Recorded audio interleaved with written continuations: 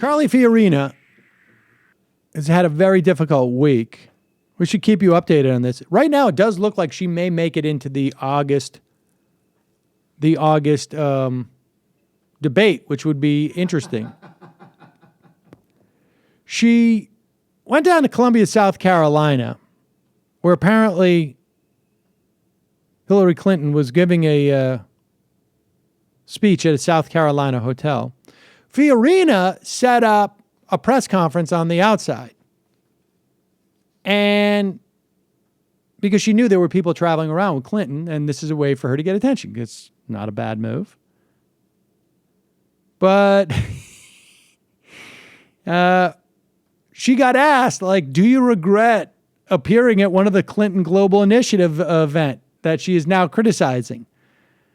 And she said, well, last year we didn't know all those things we know about the Clinton Foundation. She was asked, would she go back? And she said, well, I can't answer that because that's a hypothetical.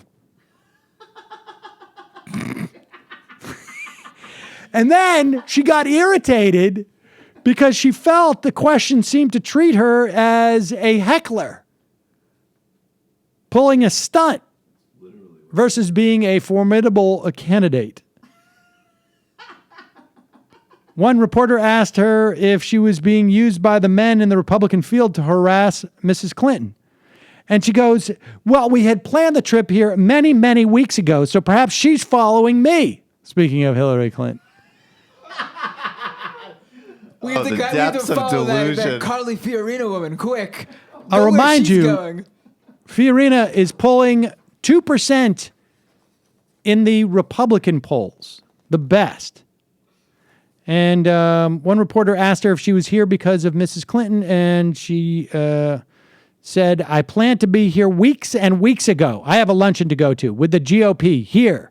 This trip has been on my itinerary for a very long time, so the whole press conference fell apart. Part of this may be a function of the fact that when she was at the Iowa Freedom Summit, Fiorina was vamping a little bit. And she was asked about the Chinese. Well, here's her response. I also think the argument for Common Core is frequently, we have to compete with the Chinese. I've been doing business in China for decades, and I will tell you the Chinese... Pause it. Now, hold on for a second. The argument for the Common Core is not that we have to compete with the Chinese. I mean, I guess the argument for the Common Core, and I have real problems with the way the Common Core is implemented, was that supposedly we want our kids to be as educated as the rest of the world. But this is an example of, we're going to play it from the beginning. This is an example of someone who is not well-versed in the issues, knows that she has to be against the Common Core, doesn't have enough to say, wants to espouse the fact that she has been a business person.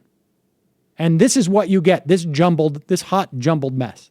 I also think the argument for Common Core is frequently, we have to compete with the Chinese.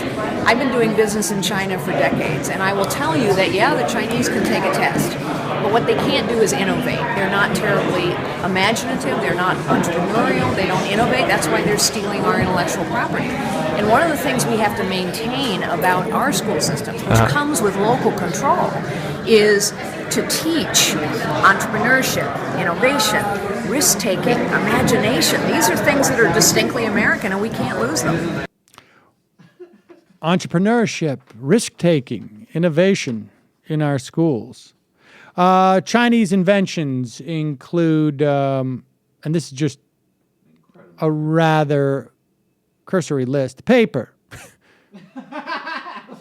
printing, movable type, gunpowder, compass, sort of basics, the noodle.